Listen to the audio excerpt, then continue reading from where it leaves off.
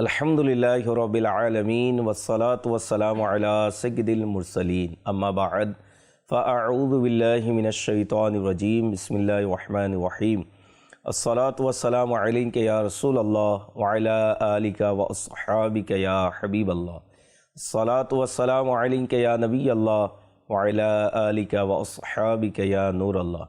दूरेर ও কাছের দেশের ও প্রবাসের ইসলামী ভাইরা এবং মাদানী চ্যানেলের দর্শকবৃন্দ, অনুষ্ঠান মাহে রমজান ও নারীদের করণীয় এই অনুষ্ঠানে আপনাদেরকে স্বাগতম। আসুন ভালো ভালো নিউজ সহকারে আমরা দেখার প্রস্তুতি গ্রহণ করি।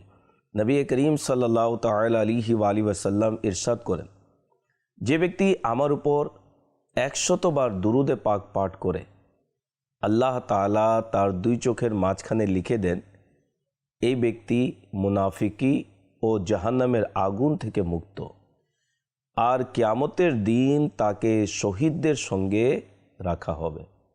সাল্লু আলাল হাবিব সাল্লাল্লাহু তাআলা আলা মুহাম্মদ সাল্লাল্লাহু আলাইহি ওয়াসাল্লাম। প্রিয় ইসলামী ভাইরা, মাদানী চ্যানেলের দর্শকবৃন্দ, নেক সন্তান আল্লাহ তাবারাকা ওয়া তাআলা এর পক্ষ থেকে অনেক বড় একটি নিয়ামত রয়েছে।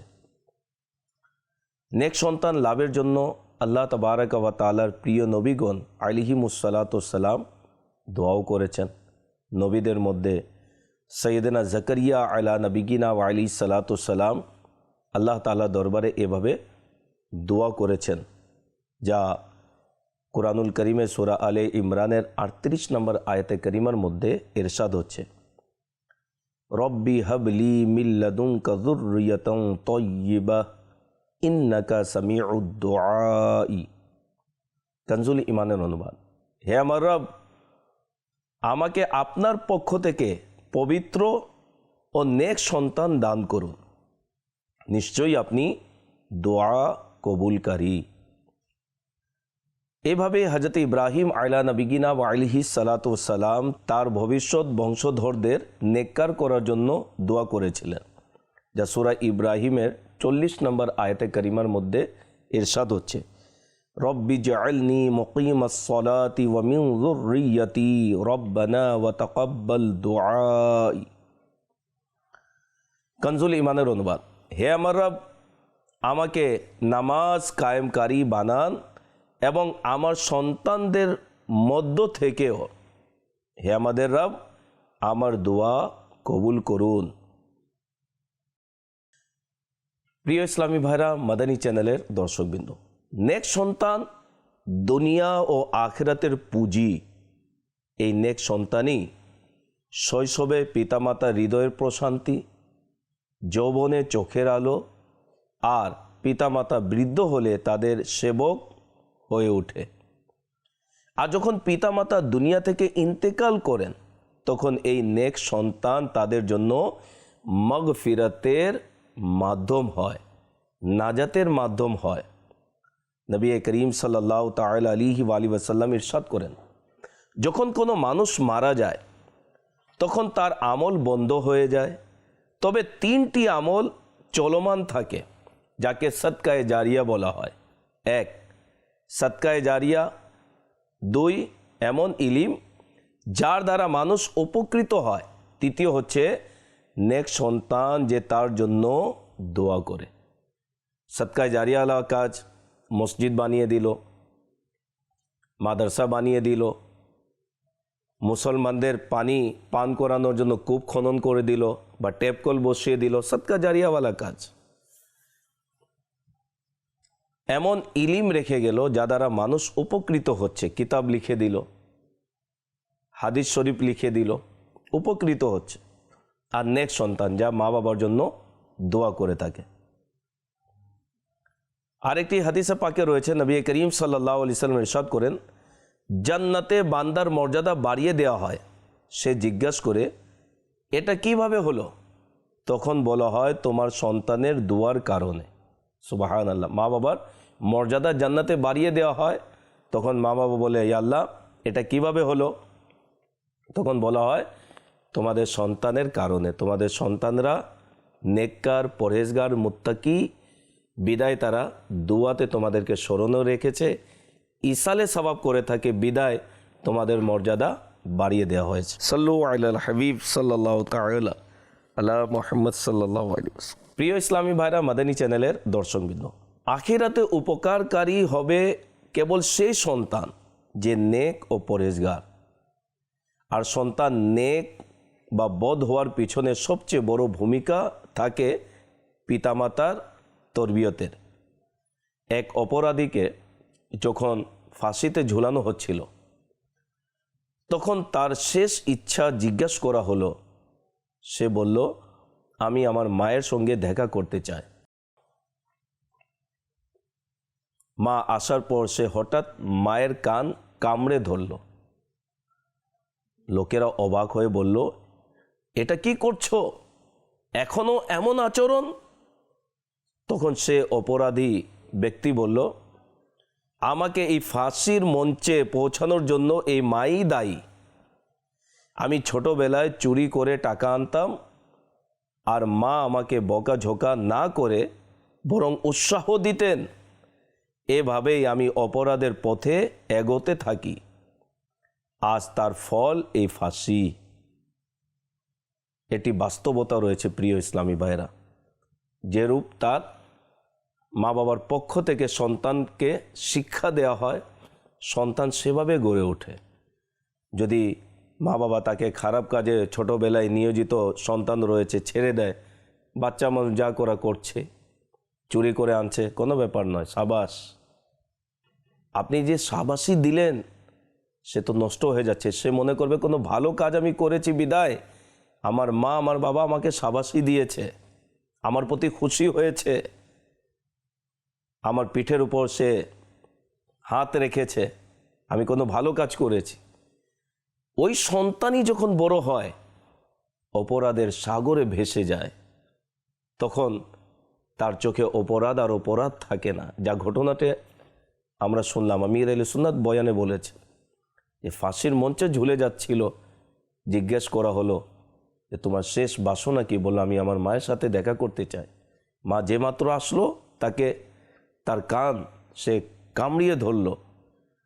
লোকেরা যখন বলল, সেইটাই বলল, আমি আজকে যে মঞ্চে ফাঁসির মঞ্চে উপবিষ্ট হচ্ছি এই মায়ের কারণে।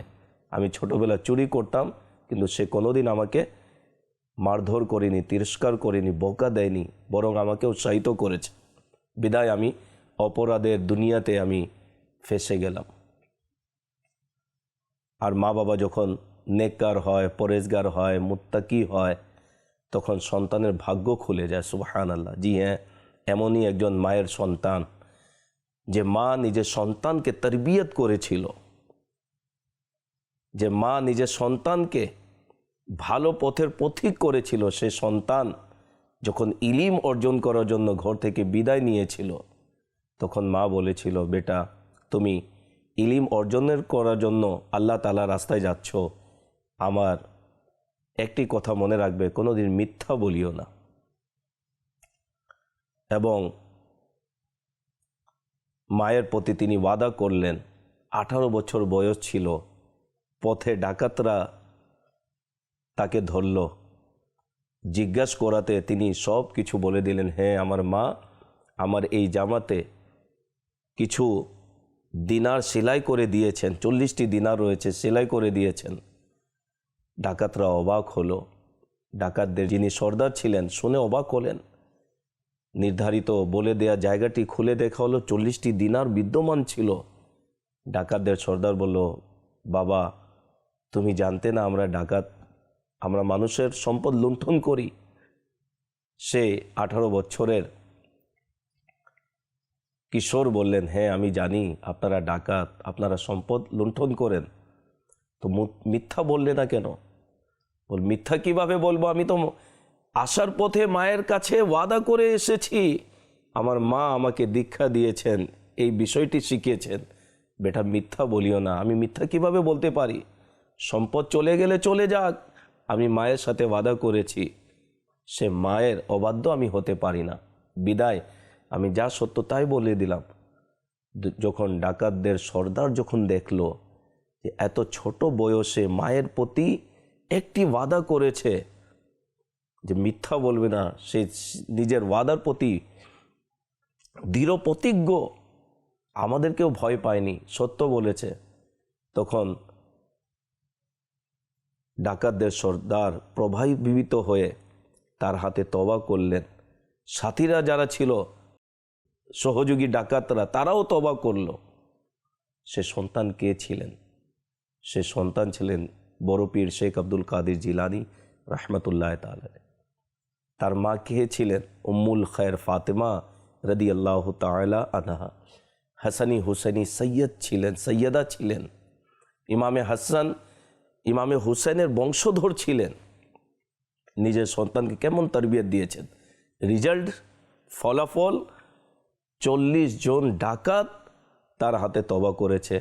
মাত্র বয়স ছিল 18 বছর, কোনো কিতাবে রয়েছে 11-12 বছর, এরকম ছোট বয়স।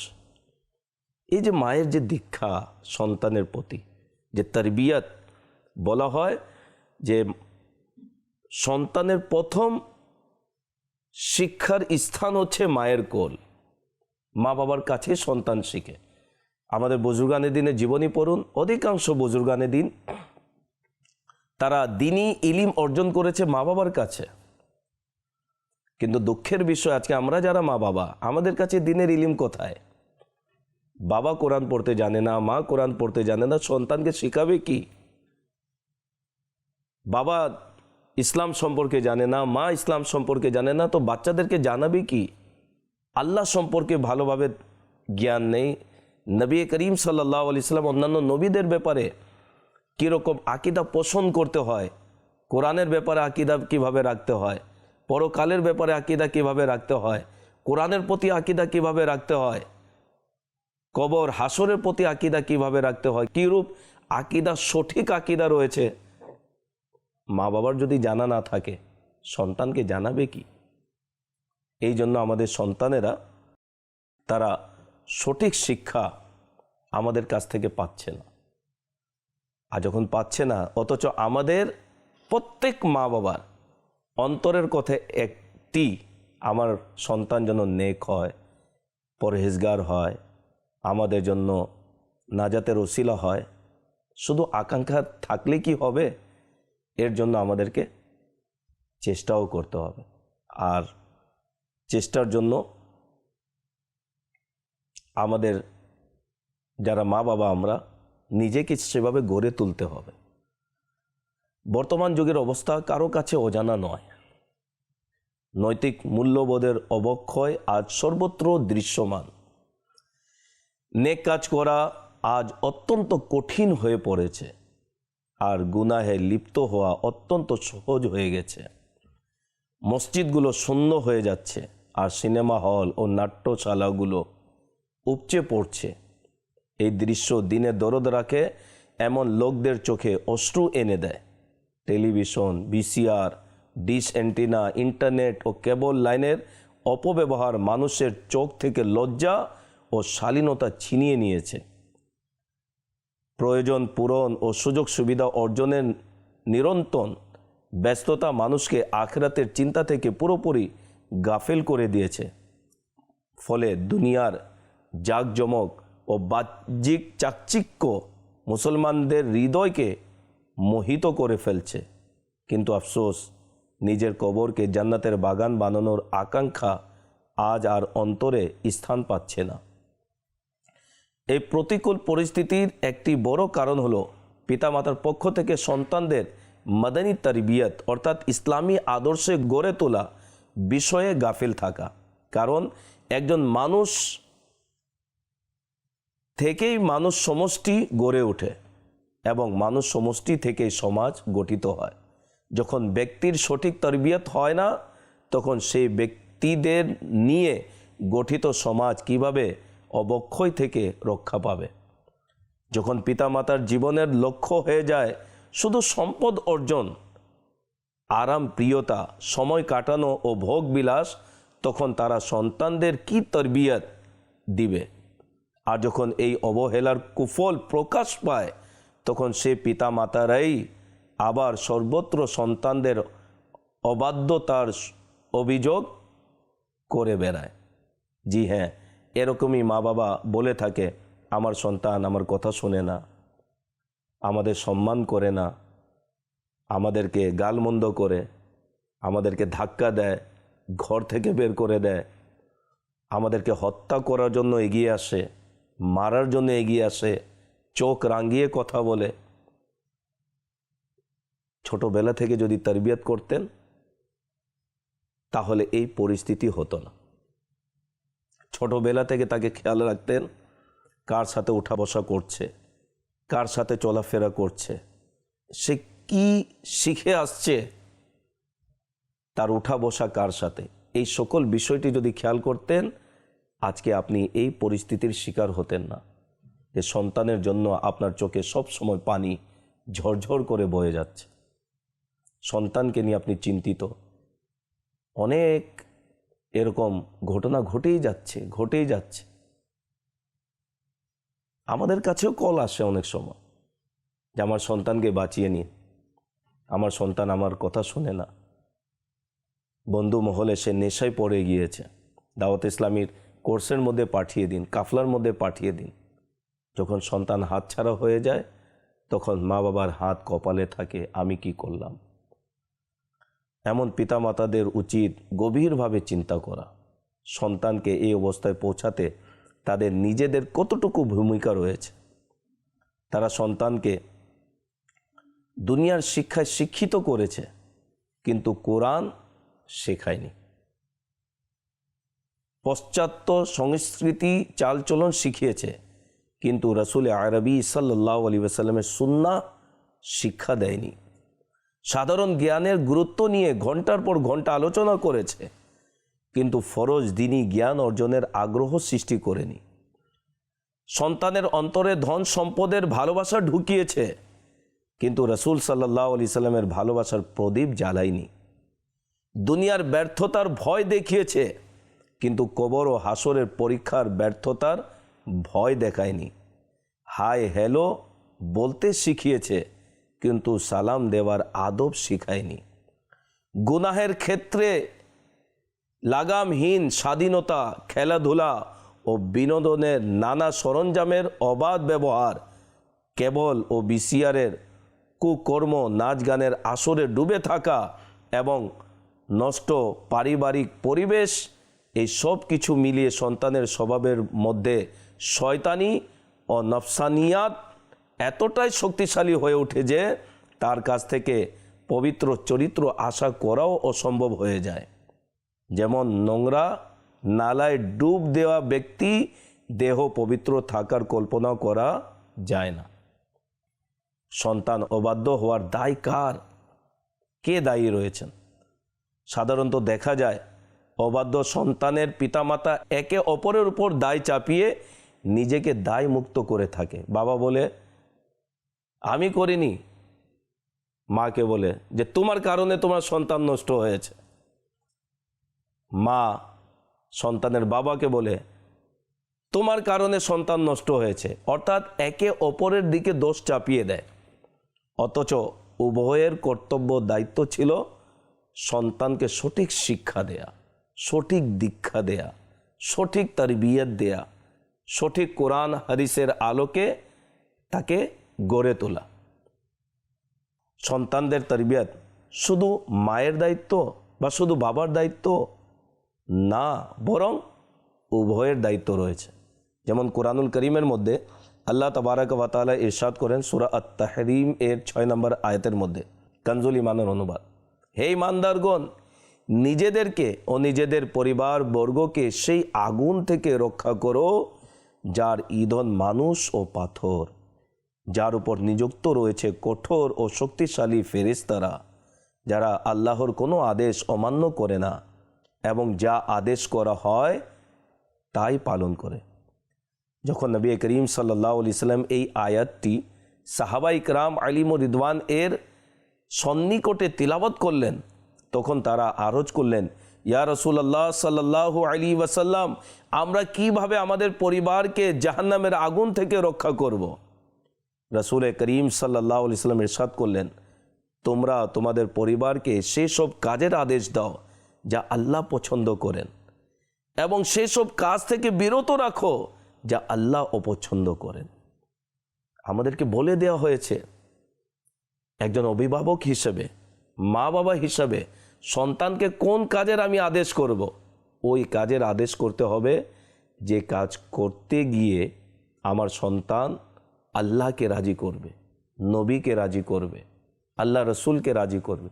সেই কাজের আদেশই আমাকে করা উচিত। ওই কাজ থেকে নিষেধ করতে হবে যে কাজ দ্বারা আল্লাহ রসুল নারাজ হয়ে থাকে।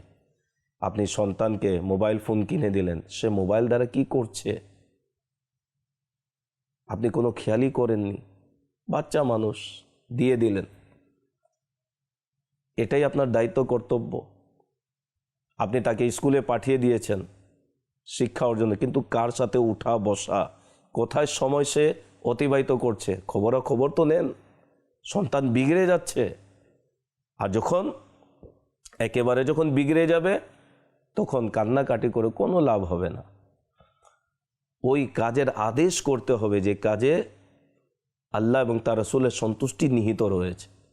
অনেক মা বাবা সন্তান যখন কোনো ভালো পরিবেশের বরকতে ভালো হতে শুরু করে, নামাজি হয়ে যায়, সুন্নতের উপর আমলকারী যদি হয়, অনেক মা বাবার পক্ষ থেকে বাধা দেওয়া হয় যে তোমার এই বয়স নেই এখন নামাজ পড়ার, দাঁড়িয়ে রাখার তোমার বয়স হয়নি, তুমি এটা করো, তুমি সেটা করো। বিভিন্ন ধরনের তাকে তিরস্কার করা হয়, বকা দেওয়া হয়। আর যখন সন্তান কোনো খারাপ বন্ধুদের সাথে খারাপ কাজের মধ্যে নিয়োজিত হয়ে যায়, তখন বলে হায় আমরা কি করলাম। তো মা বাবার দায়িত্ব, কর্তব্য হচ্ছে সন্তানের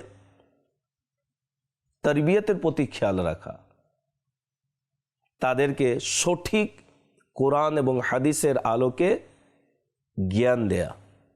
নবী করিম সাল্লাল্লাহু তাআলা আলাইহি ওয়াসাল্লাম ইরশাদ করেন, তোমরা প্রত্যেকেই দায়িত্বশীল এবং তোমাদের প্রত্যেকের কাছ থেকে তার অধীনস্থদের সম্পর্কে জিজ্ঞাসা করা হবে। শাসক তার প্রজাদের জন্য দায়িত্বশীল, পুরুষ তার পরিবার বর্গের জন্য দায়িত্বশীল এবং নারী তার স্বামীর ঘর ও সন্তানদের জন্য দায়িত্বশীল। পুরুষকেও দায়িত্বশীল বলা হয়েছে এবং নারীদেরকে বলা হয়েছে স্বামীর ঘর এবং তার সন্তানদের দেখাশোনা করার দায়িত্ব হচ্ছে নারীদের। এখন নারীর কর্তব্য কি, করণীয় কি? করণীয় এটাই, স্বামী যখন কাজে গিয়েছে সন্তানের প্রতি খেয়াল রাখা, দৃষ্টি রাখা, তার তারবিয়াতের ব্যবস্থা করা। বাবা এই কাজ করে না, এই কাজ ভালো নয়, এই কাজ করো, এই কাজ করলে আল্লাহ নারাজ হবে, এই কাজ করলে আল্লাহ খুশি হবে। বাবা মোবাইলে রেখে দাও, ভিডিও গেম খেলো না, ছায়াছবি দেখো না, এনো মোবাইল যদি দেখো এনো কোরআনের তিলাওয়াত করো, এনো তাসবিহ, তুমি জিকির করো, তুমি দুরুদ পড়ো, ভালোবাসা দিয়ে বুঝিয়ে। যখন ছোটোবেলা থেকে সন্তান দেখবে যে আমার মা আমার বাবা তারা ঘরে নামাজ আদায় করে, কোরআনুল কারীমের তিলাওয়াত করে, জিকির পড়ে, তাহাজ্জুদ পড়ে, রমজানের রোজা রাখে, তাসবিহ তাহলিল পড়ে, অটোমেটিক সন্তান সেটি শিখবে। আমাদের ঘরের পরিবেশ কি এটাও দেখুন। বাবা কাছ থেকে আসলো, রিমোট নিল, গান লাগিয়ে শুনতেছে, তো সন্তান শিখবে কি? ছায়াছবি দেখছে সারাদিন, মা নাটক সিনেমা এগুলির মধ্যে লেগে আছে, সন্তান শিখবে কি? এটাই তো শিখবে। বড় পীর শেখ আব্দুল কাদের জিলানী আলাইহির রহমা, তার বয়স যখন 5 বছর ছিল, হুজুরের কাছে যখন নিয়ে যাওয়া হলো কোরআন পড়ার জন্য, শিক্ষক যখন বললেন বেটা পড়ো আউযু বিল্লাহি মিনাশ শাইতানির রাজিম, বড় পীর শেখ আব্দুল কাদের জিলানী আলাইহির রহমা এক বৈঠকেই তিনি আউযু বিল্লাহ পড়লেন, বিসমিল্লাহ পড়লেন, সূরা ফাতিহা পড়লেন, 18 পারা শুনিয়ে দিলেন। যখন শিক্ষক বললেন বেটা আরও পড়ো, তিনি বললেন না আমার এতটুকুই মুখস্থ। কিভাবে করলে? 5 বছর বয়স মাত্র, তুমি মাদ্রাসায় এসেছো কায়দা পড়ার জন্য, কিন্তু 18 পারা শুনিয়ে দিলে।